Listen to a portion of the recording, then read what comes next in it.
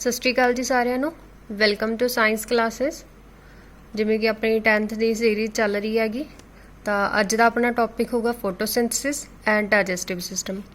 ਆਪਾਂ ਇਹਦੇ ਵਿੱਚ ਇੰਪੋਰਟੈਂਟ ਕੁਐਸਚਨ ਬਣਦੇ ਨੇ ਜਿਹੜੇ ਉਹ ਵੀ ਕਵਰ ਅਪ ਕਰਨ ਦੀ ਕੋਸ਼ਿਸ਼ ਕਰਾਂਗੇ। ਦੋਨੋਂ ਟੌਪਿਕ ਬਹੁਤ ਇੰਪੋਰਟੈਂਟ ਨੇਗੇ, ਤੇ ਚਲੋ ਸ਼ੁਰੂ ਕਰਦੇ ਆ। ਫਿਰ ਪਹਿਲਾਂ ਨਿਊਟ੍ਰੀਸ਼ਨ ਕੀ ਹੁੰਦੀ ਹੈਗੀ? ਨਿਊਟ੍ਰੀਸ਼ਨ ਹੁੰਦੀ ਹੈਗੀ ਆਪਾਂ ਫੂਡ ਤੋਂ ਜਿਹੜੀ એનર્ਜੀ ਓਬਟੇਨ ਕਰ ਸਕਦੇ ਆ, ਉਹ ਨਿਊਟ੍ਰੀਸ਼ਨ ਕਹਾਉਂਦੇ ਹੈਗੇ। ਨਿਊਟ੍ਰੀਸ਼ਨ ਕਿੰਨੇ ਤਰ੍ਹਾਂ ਦੀ ਹੋ ਸਕਦੀ ਹੈਗੀ? ਮੇਨ ਦੋ ਤਰ੍ਹਾਂ ਦੀ ਨਿਊਟ੍ਰੀਸ਼ਨ ਹੁੰਦੀ ਹੈਗੀ, ਆਟੋਟ੍ਰੋਫਸ ਐਂਡ ਹੈਟੀਰੋਟ੍ਰੋਫਸ। ਆਟੋਟ੍ਰੋਫਸ ਉਹ ਹੁੰਦੇ ਜਿਹੜੇ ਕਿ ਆਪਣਾ ਫੂਡ ਆਪ ਬਣਾ ਲੈਂਦੇ ਨੇਗੇ। ਆਪਣਾ ਫੂਡ ਆਪ ਕੌਣ ਬਣਾ ਸਕਦਾ ਗਾ? ਜਿਹੜੇ ਕਿ ਗ੍ਰੀਨ ਕਲਰ ਦੇ ਪਲਾਂਟਸ ਹੁੰਦੇ ਆ। ਜਿਵੇਂ ਕਿ ਉਹ ਕੀ ਕਰਦੇ ਨੇ, ਇਨਆਰਗੈਨਿਕ ਸਬਸਟੈਂਸ ਹੁੰਦਾ ਜਿਹੜਾ, ਜਿਵੇਂ ਕਿ ਮੰਨ ਲਓ ਐਗਜ਼ਾਮਪਲ ਕਿ ਲਾਈਟ ਹੋ ਸਕਦੀ ਆ ਇਨਆਰਗੈਨਿਕ ਸਬਸਟੈਂਸ, ਜਾਂ ਕੋਈ ਕੈਮੀਕਲ એનર્ਜੀ ਹੋ ਸਕਦੀ ਆ, ਉਹਨੂੰ ਯੂਜ਼ ਕਰਦੇ ਆ ਤੇ ਆਰਗੈਨਿਕ ਸਬਸਟੈਂਸ ਬਣਾਉਂਦੇ ਹੈਗੇ।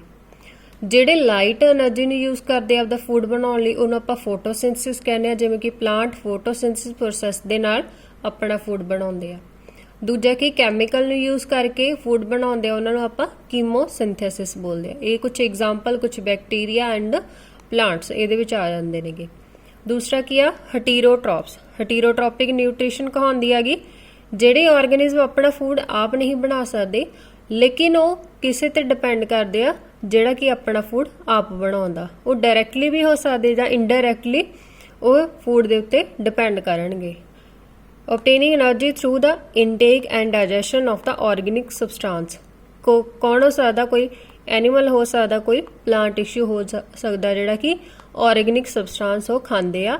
ਉਹ ਡਾਇਰੈਕਟਲੀ ਭਾਵੇਂ ਇਨਡਾਇਰੈਕਟਲੀ ਪਲਾਂਟ ਤੇ ਹੀ ਡਿਪੈਂਡ ਕਰੂਗਾ, ਜਾਂ ਜੋ ਕਿ ਆਟੋਟ੍ਰੋਫ ਹੋਗਾ ਉਹ ਤੇ ਜਾ ਕੇ ਐਂਡ ਅਪ ਕਰਕੇ ਖਤਮ ਹੋਊਗਾ।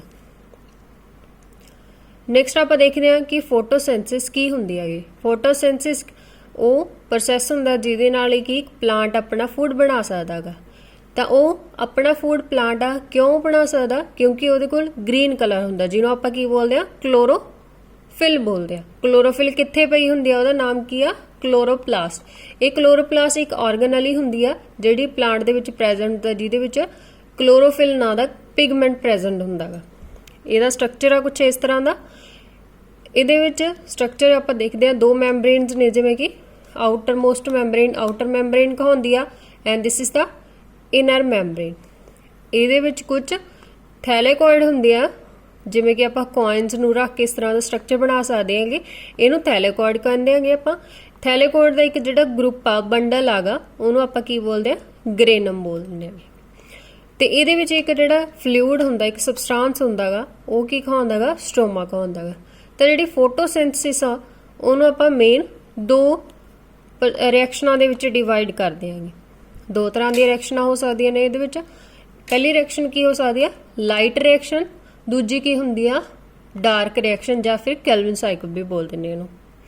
ਲਾਈਟ ਰਿਐਕਸ਼ਨ ਦੇ ਵਿੱਚ ਕੀ ਕਰਦਾ ਪਲਾਂਟ? ATP ਤੇ NADPH ਨੂੰ ਪ੍ਰੋਡਿਊਸ ਕਰਦਾ ਗਾ। ਇਹ ਫੂਡ ਨਹੀਂ ਹੁੰਦਾ ਗਾ, ਜਸਟ ਫੂਡ ਬਣਾਉਣ ਦੇ ਵਿੱਚ ਹੈਲਪ ਕਰੂਗਾ। ਡੇ ਟਾਈਮ ਤੇ એનર્ਜੀ ਚਾਹੀਦੀ ਆ, ਲਾਈਟ ਚਾਹੀਦੀ ਆ। ਜਿਹੜਾ ਵਾਟਰ ਮੋਲੀਕਿਊਲ ਹੁੰਦਾ ਗਾ ਉਹਨੂੰ ਸਪਲਿਟ ਅਪ ਕਰਕੇ ਆਕਸੀਜਨ ਦੇ ਵਿੱਚ ਕਨਵਰਟ ਕਰਨਾ ਹੁੰਦਾ ਲਾਈਟ ਨੇ। ਜਦੋਂ ਲਾਈਟ ਇਸ ਚੀਜ਼ ਨੂੰ ਕਨਵਰਟ ਕਰ ਦਿੰਦੀ ਆ, ਫਿਰ ਆ ਰੋ ਮਟੀਰੀਅਲ ਆ ਜਿਹੜਾ ਕਨਵਰਟ ਹੋ ਜਾਂਦਾ ATP ਤੇ NADPH ਦੀ ਫਾਰਮ ਦੇ ਵਿੱਚ।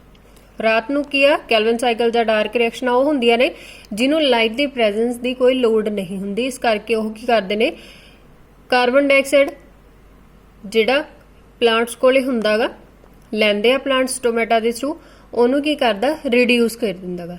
ਰਾਤ ਨੂੰ ਜਿਹੜੀ ਕਾਰਬਨ ਡਾਈਆਕਸਾਈਡ ਲੈਂਦਾ ਗਾ ਪਲਾਂਟ, ਉਹਨੂੰ ਰਿਡਿਊਸ ਕਰਕੇ ਗਲੂਕੋਜ਼ ਦੀ ਫਾਰਮ ਦੇ ਵਿੱਚ, ਕਾਰਬੋਹਾਈਡਰੇਟ ਦੀ ਫਾਰਮ ਦੇ ਵਿੱਚ ਉਹ ਆਪਣਾ ਫੂਡ ਬਣਾ ਲੈਂਦਾ ਗਾ। ਉਹ ਫੂਡ ਕੀ ਕਰਦਾ? ਸਟੋਰ ਕਰਕੇ ਰੱਖਣਾ ਅਗਰ ਤਾਂ ਉਹ ਸਟਾਰਚ ਫਾਰਮ ਦੇ ਵਿੱਚ ਸਟੋਰ ਕਰਕੇ ਰੱਖ ਲੈਂਦਾ।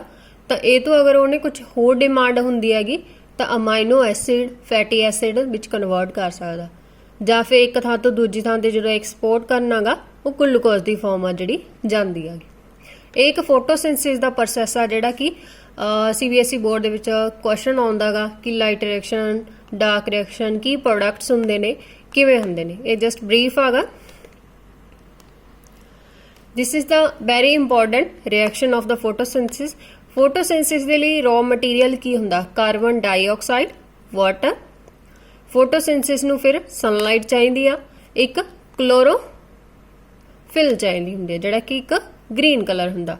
ਫਿਰ ਗਲੂਕੋਜ਼ ਦੀ ਫਾਰਮ ਦੇ ਵਿੱਚ ਉਹਦਾ ਫੂਡ ਬਣਦਾਗਾ ਤੇ ਆਕਸੀਜਨ ਉਹਨੇ ਰਿਲੀਜ਼ ਕੀਤੀ ਹੈ। ਇਹ ਇੱਕ ਬੈਲੈਂਸ ਰਿਐਕਸ਼ਨ ਆ ਗਈ।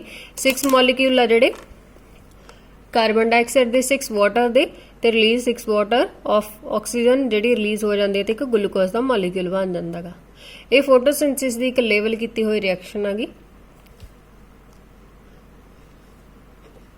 ਨੈਕਸਟ ਆਪਣਾ ਟੌਪਿਕ ਆ ਡਾਈਜੈਸਟਿਵ ਸਿਸਟਮ। ਹਿਊਮਨ ਦਾ ਡਾਈਜੈਸਟਿਵ ਸਿਸਟਮ ਕੀ ਹੁੰਦਾਗਾ? ਆਪਾਂ ਜੋ ਵੀ ਫੂਡ ਖਾਂਦੇ ਆਂਗੇ ਉਹ ਇੱਕ ਕੰਪਲੈਕਸ ਫਾਰਮ ਦੇ ਵਿੱਚ ਹੁੰਦਾ। ਕੰਪਲੈਕਸ ਫਾਰਮ ਜਿਵੇਂ ਕਿ ਆਪਾਂ ਕਾਰਬੋਹਾਈਡਰੇਟ, ਲਿਪਿਡਸ, ਫੈਟ ਜਿਹਨੂੰ ਆਪਾਂ ਕਹਿ ਦਿੰਦੇ ਆ, ਅਤੇ ਪ੍ਰੋਟੀਨ ਖਾਂਦੇ ਆਂਗੇ। ਮੋਸਟਲੀ ਇਹ ਤਿੰਨ ਚੀਜ਼ਾਂ ਜ਼ਿਆਦਾ ਖਾਂਦੇ ਆ, ਬਾਕੀ ਹੁੰਦੀਆਂ ਤਾਂ 7 ਕੰਪੋਨੈਂਟਸ ਨੇ ਆਪਣੇ ਫੂਡ ਦੇ ਵਿੱਚ। ਇਹ ਜਿਹੜੇ 3 ਕੰਪੋਨੈਂਟ ਹੁੰਦੇ ਨੇ, ਇੱਕ ਕੰਪਲੈਕਸ ਫਾਰਮ ਆ, ਇਹਨੂੰ ਆਪਾਂ ਸਮਾਲ ਫਾਰਮ ਦੇ ਵਿੱਚ ਆਪਣੀ ਬੋਡੀ ਨੇ ਤੋੜ ਕੇ ਉਹਨੂੰ ਬਿਲਕੁਲ ਮੋਨੋਮਰ ਜਿਹੜੀ ਸਿੰਗਲ ਯੂਨਿਟ ਹੁੰਦੀ ਆ ਉਹਦੇ ਵਿੱਚ ਕਨਵਰਟ ਕਰਕੇ ਅਬਜ਼ੌਰਬ ਕਰਨਾ ਹੁੰਦਾ, ਕਿਉਂਕਿ ਇਸ ਤੋਂ ਬਿਨਾਂ ਆਪਣੀ ਬੋਡੀ ਉਸ ਚੀਜ਼ ਨੂੰ ਅਬਜ਼ੌਰਬ ਨਹੀਂ ਕਰ ਪਾਉਂਦੀਗੀ।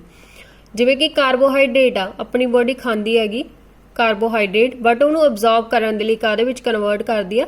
ਗਲੂਕੋਜ਼ ਦੇ ਵਿੱਚ। ਪ੍ਰੋਟੀਨ ਨੂੰ ਕਾਹਦੇ ਵਿੱਚ ਕਰਨਾ ਪੈਂਦਾ ਕਨਵਰਟ? ਅਮਾਈਨੋ ਐਸਿਡਸ ਦੇ ਵਿੱਚ। ਦੈਨ ਫੈਟ ਨੂੰ ਕਾਹਦੇ ਵਿੱਚ ਕਨਵਰਟ ਕਰਨਾ ਪੈਂਦਾ? Fatty acid plus glycerol. ਇਹ ਜਿਹੜੇ ਮੋਨੋਮਰ ਫਾਰਮ ਨੇ glucose, fatty acid, glycerol and amino acids, ਇਹਨੂੰ ਹੀ ਆਪਣੀ ਇੰਟੈਸਟਾਈਨ ਅਬਜ਼ੌਰਬ ਕਰੂ ਤੇ ਬਲੱਡ ਦੇ ਵਿੱਚ ਦੇ ਦਿੰਦੀ ਹੈਗੀ। ਤਾਂ ਇਹ ਸਾਰਾ ਡਾਈਜੈਸਟਿਵ ਸਿਸਟਮ ਹੁੰਦਾ ਜਿਹੜਾ ਕਿ ਇੱਕ ਕੰਪਲੈਕਸ ਫਾਰਮ ਨੂੰ ਸਿੰਪਲ ਫਾਰਮ ਦੇ ਵਿੱਚ ਅਬਜ਼ੌਰਬ ਹੋਣ ਵਾਲੀ ਫਾਰਮ ਦੇ ਵਿੱਚ ਕਨਵਰਟ ਕਰਦਾ ਹੈ। ਇਹ ਸਾਰੇ ਡਾਈਜੈਸਟਿਵ ਸਿਸਟਮ ਹੁੰਦਾ ਜਿਹੜਾ ਕਿ ਆਪਣੇ ਮਾਊਥ ਤੋਂ ਲੈ ਕੇ ਏਨਸ ਤੱਕ ਦਾ ਹੁੰਦਾ। ਇਹਨੂੰ ਆਪਾਂ ਐਲੀਮੈਂਟਰੀ ਕੈਨਾਲ ਵੀ ਬੋਲ ਦਿੰਦੇ ਆ। ਇਹਦੀ ਲੈਂਥ ਕਾਫੀ ਮੀਟਰ ਦੇ ਵਿੱਚ ਹੁੰਦੀ ਹੈਗੀ। ਤਾਂ ਸ਼ੁਰੂ ਕਰਦੇ ਫਿਰ ਆਪਾਂ ਮਾਊਥ ਤੋਂ ਲੈ ਕੇ। ਮਾਊਥ ਦੇ ਵਿੱਚ ਜਦੋਂ ਆਪਾਂ ਫੂਡ ਪਾਉਂਦੇ ਆਂਗੇ, ਸਮੈਲ ਦੇ ਨਾਲ ਆਪਣੀ ਫੂਡ ਦੇ ਵਿੱਚ ਜਦੋਂ ਆਪਾਂ ਨੂੰ ਜਿਵੇਂ ਕਹਦੀ ਸਮੈਲ ਆਉਂਦੀ ਹੈ ਕਿਸੇ ਫੂਡ ਦੀ, ਤਾਂ ਆਪਣੇ ਮਾਊਥ ਦੇ ਵਿੱਚ ਸਲਾਈਵਾ ਪ੍ਰੋਡਿਊਸ ਹੋਣ ਲੱਗ ਜਾਂਦਾ। ਜਿਹੜਾ ਗਿੱਲਾ ਜਿਹਾ ਆਪਾਂ ਨੂੰ ਫੀਲ ਹੁੰਦਾਗਾ ਉਹ ਸਲਾਈਵਾ ਹੁੰਦਾ ਮਾਊਥ ਦੇ ਵਿੱਚ। ਸਲਾਈਵਾ ਆਪਣੇ ਫੂਡ ਦੇ ਨਾਲ ਮਿਕਸ ਅਪ ਹੁੰਦਾਗਾ ਤੇ ਉਹਨੂੰ ਇੱਕ ਲਿਕੁਇਡ ਫਾਰਮ ਦੇ ਵਿੱਚ ਕਨਵਰਟ ਕਰ ਦਿੰਦਾਗਾ। ਤੇ ਫਿਰ ਕੀ ਆਪਣੀ ਇੱਕ ਇੱਥੇ ਸਲਾਈਵਰੀ ਗਲੈਂਡ ਹੁੰਦੀ ਹੈਗੀ। ਸਲਾਈਵਰੀ ਗਲੈਂਡ ਕੀ ਕਰਦੀ ਹੈਗੀ? ਆਪਣਾ ਜਿਹੜਾ ਐਂਜ਼ਾਈਮ ਆਗਾ ਸਲਾਈਵਰੀ ਅਮਾਈਲੇਜ਼ ਆਪਣੇ ਸਲਾਈਵਾ ਦੇ ਵਿੱਚ ਮਿਕਸ ਕਰ ਦਿੰਦੇ ਤੇ ਫੂਡ ਦੇ ਵਿੱਚ ਉਹ ਮਿਕਸ ਹੋ ਜਾਂਦਾਗਾ। ਸਲਾਈਵਰੀ ਅਮਾਈਲੇਜ਼ ਉਹਦਾ ਕੰਮ ਕੀ ਹੁੰਦਾਗਾ?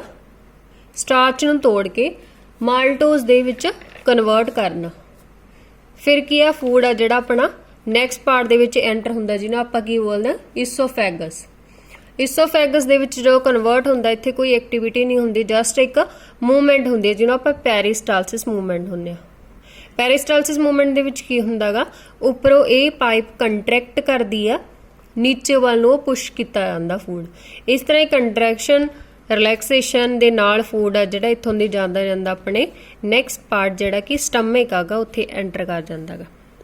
ਸਟਮਕ ਆਗਾ, ਸਟਮਕ ਦੇ ਵਿੱਚ ਕੀ ਆ? ਜਦੋਂ ਫੂਡ ਆਪਣਾ ਐਂਟਰ ਕਰਦਾ, ਹਰ ਇੱਕ ਜਿਹੜੇ ਆਪਣੇ ਪਾਰਟਸ ਨੇਗੇ, ਹਰ ਇੱਕ ਦਾ ਆਪਦਾ ਇੱਕ ਵਾਲਵ ਲੱਗਿਆ ਹੋਇਆ, ਮਤਲਬ ਕਿ ਇੱਕ ਕਹਿ ਦਈਏ ਆਪਾਂ ਢੱਕਣ ਲੱਗਿਆ ਹੋਇਆ ਉਹਦੀ ਐਂਟਰੈਂਸ ਤੇ ਵੀ ਉਹਦੀ ਐਗਜ਼ਿਟ ਤੇ ਵੀ। ਜਿਵੇਂ ਸਟਮਕ ਦੀ ਗੱਲ ਕਰਦੇ ਆ, ਇੱਥੇ ਵੀ ਇੱਕ ਸਫਿੰਕਟਰ ਲੱਗਿਆ ਹੋਇਆ ਜਿਹੜਾ ਕਿ ਇੱਕ ਵਾਰ ਜਦੋਂ ਐਂਟਰ ਕਰ ਗਿਆ ਉਹਨੂੰ ਬੰਦ ਕਰ ਦਿੰਦਾਗਾ। ਇਧਰੋਂ ਵੀ ਇਹ ਬੰਦ ਰਹਿੰਦਾ। ਤਾਂ ਫਿਰ ਕੀ ਆ ਸਟਮਕ ਦੇ ਵਿੱਚ? HCl ਹੁੰਦਾਗਾ। HCl ਕੀ ਆਗਾ? ਫੂਡ ਦੇ ਵਿੱਚ ਕੋਈ ਬੈਕਟੀਰੀਆ ਜਾਂ ਕੋਈ ਵੀ ਮਾਈਕਰੋ ਆਰਗੈਨਿਜ਼ਮ ਆਇਆ ਉਹਨੂੰ ਕੀ ਕਿਲ ਕਰ ਦਿੰਦਾਗਾ। ਹੋਰ ਉਹਦਾ ਕੰਮ ਕੀ ਹੁੰਦਾਗਾ? ਆਪਣੇ ਜਿਹੜਾ ਇੱਥੇ ਇੱਕ ਐਂਜ਼ਾਈਮ ਪ੍ਰੈਜ਼ੈਂਟ ਹੁੰਦਾ ਜਿਹਨੂੰ ਆਪਾਂ ਕਹਿ ਦਿੰਦੇ ਆਗੇ ਪੈਪਸਿਨ। ਪੈਪਸਿਨ ਨੂੰ ਐਕਟਿਵ ਕਰਨ ਦੇ ਵਿੱਚ ਹੈਲਪ ਕਰਦਾ। ਪੈਪਸਿਨੋਜਨ ਤੋਂ ਪੈਪਸਿਨ ਬਣਨ ਦੇ ਵਿੱਚ HCl ਕਨਵਰਟ ਕਰਦਾਗਾ। ਫਿਰ ਉਹ ਪੈਪਸਿਨ ਆਪਣੇ ਫੂਡ ਦੇ ਉੱਤੇ ਐਕਟ ਕਰਦਾ ਤੇ ਪ੍ਰੋਟੀਨ ਨੂੰ ਤੋੜ ਕੇ ਪੈਪਟੋਨਸ ਕਨਵਰਟ ਕਰ ਦਿੰਦਾ ਤੇ ਪ੍ਰੋਟੀਏਜ਼ ਬਣਾ ਦਿੰਦਾ। ਮਤਲਬ ਜਿਹੜਾ ਕਿ ਪੈਪਸਿਨ ਆਗਾ ਉਹ pH ਦੀ ਪ੍ਰੈਜ਼ੈਂਸ ਦੇ ਵਿੱਚ ਹੀ ਫੂਡ ਨੂੰ ਪ੍ਰੋਟੀਨ ਨੂੰ ਤੋੜ ਸਕਦਾਗਾ। ਦੈਨ ਇਹਦੇ ਵਿੱਚ ਅਗਰ HCl ਆ ਤੈਨੂੰ ਪ੍ਰੋਟੈਕਸ਼ਨ ਕਿਵੇਂ ਦਿੰਦੀ ਆ ਆਪਣੀ ਬੋਡੀ?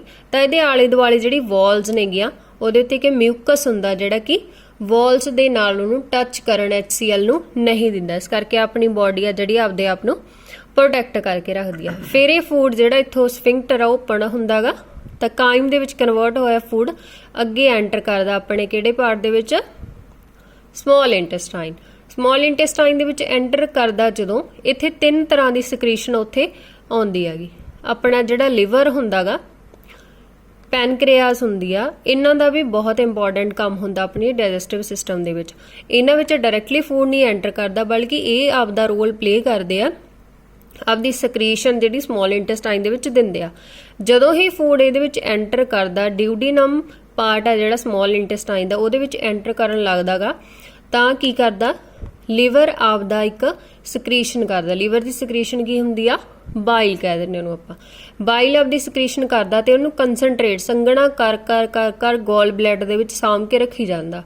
ਮਤਲਬ ਲਿਵਰ ਜੋ ਵੀ ਆਪਦਾ ਬਾਈਲ ਬਣਾਉਂਦਾ ਉਹਨੂੰ ਗੋਲ ਬਲੈਡਰ ਦੇ ਵਿੱਚ ਸਾਂਭ ਸਟੋਰ ਕਰਕੇ ਰੱਖੀ ਜਾਂਦਾ। ਜਦੋਂ ਲੋੜ ਪੈਂਦੀ ਹੈ ਫੂਡ ਦੀ, ਇੱਥੇ ਆਉਂਦਾਗਾ ਤਾਂ ਉਹਦੀ ਸਕ੍ਰੀਸ਼ਨ ਆਪਦੀ ਸਮਾਲ ਇੰਟੈਸਟਾਈਨ ਦੇ ਵਿੱਚ ਪਾ ਦਿੰਦਾਗਾ। ਬਾਈਲ ਦਾ ਕੀ ਕੰਮ ਹੁੰਦਾਗਾ ਕਿ ਜਿਹੜਾ ਵੀ ਇੱਥੇ ਲਿਪਿਡ ਰਹਿ ਗਿਆ ਆਪਣੇ ਫੂਡ ਦੇ ਵਿੱਚ, ਕਿਤੇ ਲਿਪਿਡ ਹਲੇ ਟੁੱਟਿਆ ਨਹੀਂ ਸੀਗਾ, ਤਾਂ ਲਿਪਿਡ ਜਿਹੜਾ ਇੱਥੇ ਐਂਟਰ ਕੀਤਾਗਾ ਉਹਦੇ ਵੱਡੇ ਵੱਡੇ ਗਲੋਬਿਊਲਸ ਨੂੰ ਛੋਟੇ ਛੋਟੇ ਗਲੋਬਿਊਲ ਦੇ ਵਿੱਚ ਕਨਵਰਟ ਕਰ ਦਿੰਦਾ ਬਾਈਲ। ਤੇ ਜਿਹੜੇ ਪ੍ਰੋਸੈਸ ਨੂੰ ਆਪਾਂ ਕੀ ਬੋਲਦੇ ਆ, ਇਮਲਸੀਫਿਕੇਸ਼ਨ। ਇਮਲਸੀਫਿਕੇਸ਼ਨ ਮਤਲਬ ਜਿਹੜਾ ਵੱਡੇ ਗਲੋਬਿਊਲ ਨੇ ਫੈਟ ਦੇ, ਉਹਨੂੰ ਛੋਟੇ ਛੋਟੇ ਗਲੋਬਿਊਲ ਦੇ ਵਿੱਚ ਕਨਵਰਟ ਕਰਨਾ ਇਮਲਸੀਫਿਕੇਸ਼ਨ ਹੁੰਦਾ, ਜਿਹੜਾ ਕਿ ਬਾਈਲ ਦੁਆਰਾ ਕੀਤਾ ਜਾਂਦਾਗਾ। ਤੇ ਬਾਈਲ ਹੋਰ ਕੀ ਕਰਦਾਗਾ ਕਿ ਜਿਹੜੀ ਆਪਣੇ ਪੀਐਚ ਇੱਥੇ ਐਸਿਡ ਸੀਗੀ, ਹੁਣ ਇੱਥੇ ਐਸਿਡ ਪੀਐਚ ਇੱਥੇ ਨਹੀਂ ਚਾਹੀਦੀ ਆਪਾਂ ਨੂੰ, ਉਹ ਪੀਐਚ ਨੂੰ ਬੇਸਿਕ ਨੇਚਰ ਅਲਕਲਾਈਨ ਨੇਚਰ ਦੀ ਬਣਾਉਣ ਦੀ ਕੋਸ਼ਿਸ਼ ਕਰਦਾ ਤੇ ਉਹਨੂੰ ਡਿਕਰੀਜ਼ ਕਰਦਾ, ਪੀਐਚ ਨੂੰ ਇਨਕਰੀਜ਼ ਕਰਦਾ ਅਬਵ ਦਾ 7। ਫਿਰ ਕੀ ਆ ਦੂਜਾ, ਪੈਨਕ੍ਰੀਆਸ। ਪੈਨਕ੍ਰੀਆਸ ਇੱਕ ਲੀਫ ਲਾਈਕ ਸਟਰਕਚਰ ਹੁੰਦਾ ਇੱਥੇ ਲੀਵਰ ਦੇ ਥੋੜਾ ਥੱਲੇ, ਜਿਹੜਾ ਕਿ ਆਪਣੀ ਸਕ੍ਰੀਸ਼ਨ ਕੀ ਦਿੰਦਾਗਾ, ਪੈਨਕ੍ਰੀਆਟਿਕ ਜੂਸ। ਪੈਨਕ੍ਰੀਆਟਿਕ ਜੂਸ ਦੇ ਵਿੱਚ ਕੀ ਹੁੰਦਾਗਾ, ਟ੍ਰਿਪਸਿਨ ਹੁੰਦਾਗਾ। ਟ੍ਰਿਪਸਿਨ ਕੀ ਕਰਦਾ, ਸਮਾਲ ਇੰਟੈਸਟਾਈਨ ਦੇ ਵਿੱਚ ਆ ਕੇ ਪ੍ਰੋਟੀਨ ਨੂੰ ਤੋੜ ਕੇ ਅਮਾਈਨੋ ਐਸਿਡ ਦੇ ਵਿੱਚ ਕਨਵਰਟ ਕਰ ਦਿੰਦਾ। ਕਿਉਂਕਿ ਅਗਰ ਪ੍ਰੋਟੀਨ ਕੁਝ ਰਹਿ ਗਈਆਂ ਜਾਂ ਹਲੇ ਪੂਰੀਆਂ ਤਰ੍ਹਾਂ ਨਹੀਂ ਟੁੱਟੀਆਂ ਗਿਆ ਤਾਂ ਉਹਨੂੰ ਤੋੜ ਕੇ ਅਮਾਈਨੋ ਐਸਿਡ ਦੇ ਵਿੱਚ ਕਨਵਰਟ ਕਰ ਦਿੰਦਾ ਟ੍ਰਿਪਸਿਨ। ਦੂਜਾ ਕੀ ਸੀਗਾ, ਲਾਈਪੇਜ਼। ਲਾਈਪੇਜ਼ ਵੀ ਪੈਨਕ੍ਰੀਆਸ ਕ੍ਰੀਏਟ ਕਰਦੀ ਆ, ਇਹ ਵੀ ਫੈਟ ਨੂੰ ਤੋੜ ਕੇ ਡਾਈਜੈਸਟ ਕਰਕੇ ਫੈਟੀ ਐਸਿਡ ਪਲੱਸ ਗਲਿਸਟਰੋਲ ਦੇ ਵਿੱਚ ਕਨਵਰਟ ਕਰ ਦਿੰਦੀ ਆ। ਹੁਣ ਆਪਦੀ ਜਿਹੜੀ ਸਮਾਲ ਇੰਟੈਸਟਾਈਨ ਹੈਗੀ, ਇਹਦੇ ਵਿੱਚ ਆਪਣਾ ਫੂਡ ਜਦੋਂ ਐਂਟਰ ਕਰ ਗਿਆ, ਫਿਰ ਕੀ ਕਰਦਾ, ਇੱਥੇ ਫਲੋ ਕਰਦਾ। ਜਦੋਂ ਆਪਣਾ ਫੂਡ ਫਲੋ ਜਦੋਂ ਕਰਦਾਗਾ ਤਾਂ ਇਹ ਸਮਾਲ ਇੰਟੈਸਟਾਈਨ ਦੇ ਵਿੱਚ ਬਿਲਕੁਲ ਮੋਨੋਮਰ ਫਾਰਮ ਦੀ ਕਨਵਰਟ ਹੋ ਚੁੱਕੀ ਹੁੰਦੀ ਆ। ਤੇ ਸਭ ਤੋਂ ਜ਼ਿਆਦਾ ਫੂਡ ਆਪਣਾ ਕਿੱਥੇ ਅਬਜ਼ੌਰਬ ਕੀਤਾ ਜਾਂਦਾਗਾ, ਸਮਾਲ ਇੰਟੈਸਟਾਈਨ ਦੇ ਵਿੱਚ। ਫੂਡ ਅਬਜ਼ੌਰਬ ਹੋ ਹੀ ਜਾਊਗਾ। ਇਹ ਕਿਉਂ ਅਬਜ਼ੌਰਬ ਹੋ ਰਿਹਾ, ਇੱਥੇ ਇੱਕ ਡਿਫਰੈਂਟ ਜਿਹਾ ਸਟਰਕਚਰ ਹੁੰਦਾ, ਜਿਵੇਂ ਆਪਾਂ ਕਹਿੰਦੇ ਫਿੰਗਰ ਲਾਈਕ ਸਟਰਕਚਰ ਹੁੰਦਾ। ਜਿਵੇਂ ਆਪਾਂ ਕਹਿੰਦੇ ਉਂਗਲਾਂ ਜਿਹੀਆਂ ਬਣੀਆਂ ਹੁੰਦੀਆਂ ਨੇ, ਇਸ ਤਰ੍ਹਾਂ ਉਂਗਲਾਂ ਜਿਹੀਆਂ ਬਣੀਆਂ ਹੁੰਦੀਆਂ ਨੇ ਆਪਣੀ ਇੰਟੈਸਟਾਈਨ ਦੇ ਵਿੱਚ, ਜਿਹੜਾ ਕੀ ਕਰਦੀਆਂ ਨੇਗੀਆਂ, ਆਪਣੀ ਸਮਾਲ ਇੰਟੈਸਟਾਈਨ ਦਾ ਸਰਫੇਸ ਏਰੀਆ ਇਨਕਰੀਜ਼ ਕਰ ਦਿੰਦੀਆਂ ਤਾਂ ਕਿ ਵੱਧ ਤੋਂ ਵੱਧ ਜਿਹੜਾ ਬੋਡੀ ਦਾ ਜਿਹੜਾ ਆਪਣਾ ਫੂਡ ਆ ਅਬਜ਼ੌਰਬ ਹੋ ਸਕੇ। ਇੱਥੇ ਜਦੋਂ ਬੋਡੀ ਦਾ ਫਲੂਇਡ ਆ ਜਾਂ ਕੋਈ ਵੀ ਫਾਰਮ ਆ ਮੋਨੋਮਰ, ਉਹਨੂੰ ਅਬਜ਼ੌਰਬ ਕਰ ਲਿਆ ਜਾਂਦਾਗਾ।